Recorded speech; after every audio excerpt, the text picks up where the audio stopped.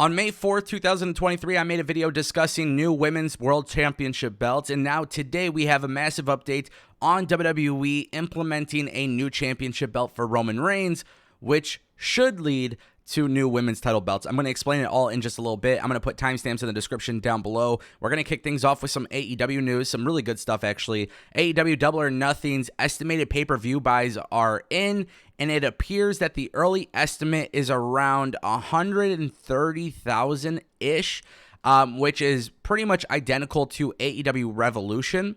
And guys, you know, the reason why this is a good thing, when you look at the range, 130 to 135,000, this is obviously a estimate. It could go up, it could go down slightly. Obviously, not all the data is in, but this is good news because it basically falls in line with everything that I've said about AEW's pay-per-views. And I've said this so many times, I feel like it's just constantly being repeated. But for those who watch my channel, you understand that sometimes AEW creative builds don't satisfy everybody, right? This year, a lot of people were just not as excited for Double or Nothing. I think a lot more people are excited for Forbidden Door 2. I think a lot more people are excited for AEW All In. So obviously, when something like that does happen, a lot of people, you know, they kind of tune out a little bit. And with Double or Nothing, the build was kind of weird. The Anarchy and the Arena build was absolutely incredible. A lot of people felt like the Four Pillars build didn't necessarily add up. And I've always said sometimes, regardless of the build, and at this point it's actually been proven to be all the time, but regardless of the build, AEW has established a trust with their audience that their pay-per-views will deliver. Now, the jury is still out on that. I've seen mixed opinions on Double or Nothing, but for me personally, I felt like NXT Battleground, Double or Nothing, Night of Champions all delivered really solid shows on Memorial Day weekend. So it is not shocking to me whatsoever to see that people actually bought AEW's pay-per-views, right? It makes sense that people would buy the pay-per-views. Now, I do believe if AEW changed their pay-per-view model to a streaming model, they would get more viewership like WWE does. But look at the economy, look at how things are in the world today where like you got to spend 50, 60 bucks for a pay-per-view or whatever it may be. It's not going to be in everybody's cards, right? So the fact is AEW has established trust with their audience to be able to accomplish something like this. I think that's a good thing. And honestly, I would say that, you know, Forbidden Door 2 probably will do the same amount. And I don't even believe All In will even be on pay-per-view. That's going to be a whole different thing. But I'm just glad to see that Double or Nothing, despite the wonky build, continues to sell pretty damn well with their pay-per-view buys. Speaking of AEW's product and creativity, Ace Steel and CM Punk are in charge of AEW Collision.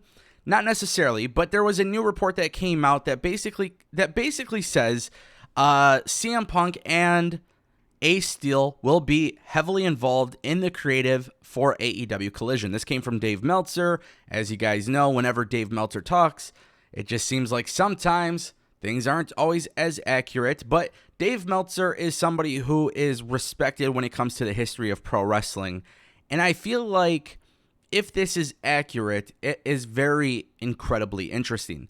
Meltzer wrote that the belief is that Punk and Ace Steel will be heavily involved in the creative of the show. At least they will be for CM Punk stuff, and the main angles and storyline on the show will revolve around him, and obviously he will have great input into that. Now, I think a lot of people are shocked. They're going to be shocked to hear that I actually like this. But I kind of want to make a very clear point, right? WCW had given creative control to a lot of its top stars, right? There was people who came in, they got their creative control, and it was unorganized mess. And I feel like AEW should not be able to be just like WCW in that regard. I actually think this is one of the things that makes me so intrigued with WWE and the Bloodline storyline. For example, the Bloodline storyline is comprised of Vince McMahon, Paul Heyman, Roman Reigns, and I believe Michael Hayes, okay?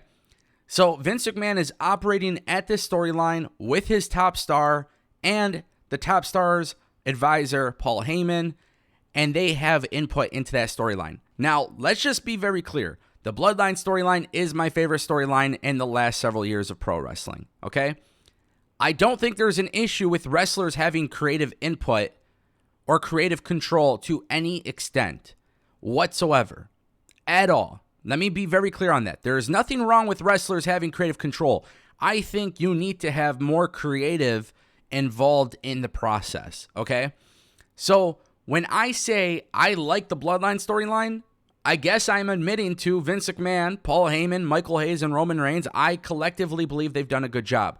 Now, if AEW does the same thing with CM Punk and Ace Steel, I have no problem with that whatsoever.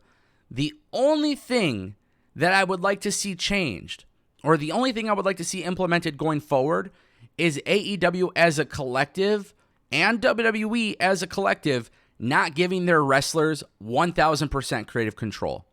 Because at the end of the day, Tony Khan runs AEW. I don't want to see CM Punk and Ace Steel just do whatever. I want to see them cohesively work together with AEW, with Sanjay Dutt, Will Washington, and every other individual who is involved in creative. Collectively come up with these ideas and create a system where you can implement these ideas, and I think that would be a good thing. Again, I'm going to say this a million times because I'm sure somebody's going to act like I'm ragging on AEW here. I think it is a good thing. I don't think there's anything wrong with it. I think when WWE does it with the Bloodline storyline, I think it makes a lot of sense, and I think it makes a lot of sense for AEW to follow suit. But just make sure you are organized with it, make sure you have a vision, and make sure you are properly planning for it so that way it could be successful. CM Punk has always been known to be a very creative individual. Keep in mind, Bryan Danielson's part of the creative team for Collision going forward.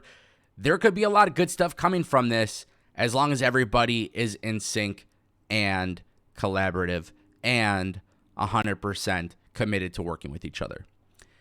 Speaking of AEW, we got to talk about WWE. Survivor Series, Kenny Omega, Roman Reigns. You see this picture here? Yeah, it's completely fake, but guess what? It's probably not happening anytime soon, and that's because WWE has no plans to work with AEW, right? And they're making it so clear that according to Dave Meltzer, he has reported that WWE has put in some very interesting clauses in deals with the venues and the arenas that WWE books.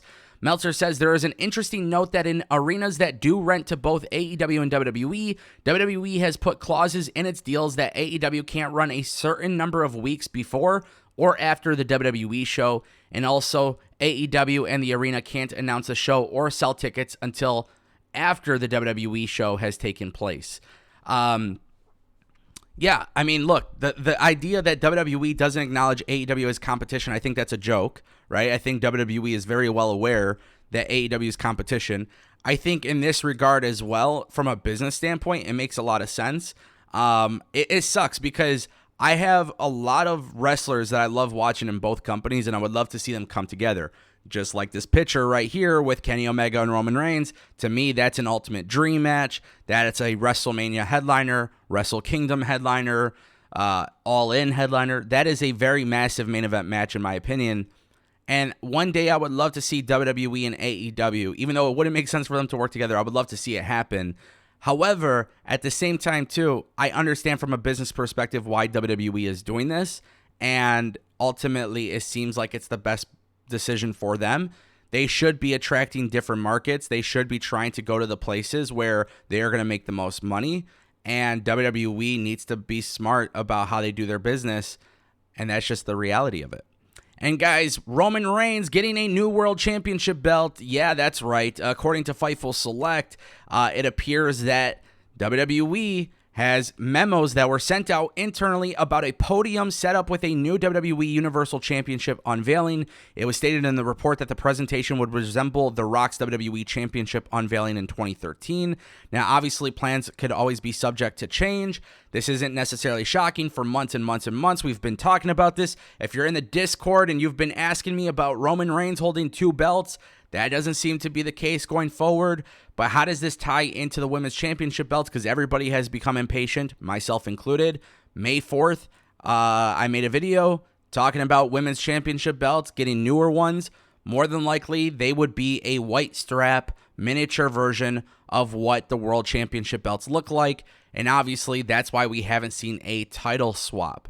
That's why we haven't seen a title swap for the women's titles, because Roman Reigns wasn't given his new championship. Now, Roman Reigns celebrating 1,000 days. More than likely, we're going to see a new championship. I am hoping it is a modern version of the Winged Eagle Championship or a modern version of the WWE Undisputed Championship, or at the very least, something incredibly brand new, incredibly sexy, something that looks prestigious, something that looks like a true championship belt. Because let's face it, for the longest time, WWE Championship belt design sucked. Then we got the IC title and the US title. Those were massive improvements. But we need sexy, prestigious-looking World Championship belts, not toys. And I've been very clear on that before. So, if you guys want to know what it looks like, stay tuned because it's coming.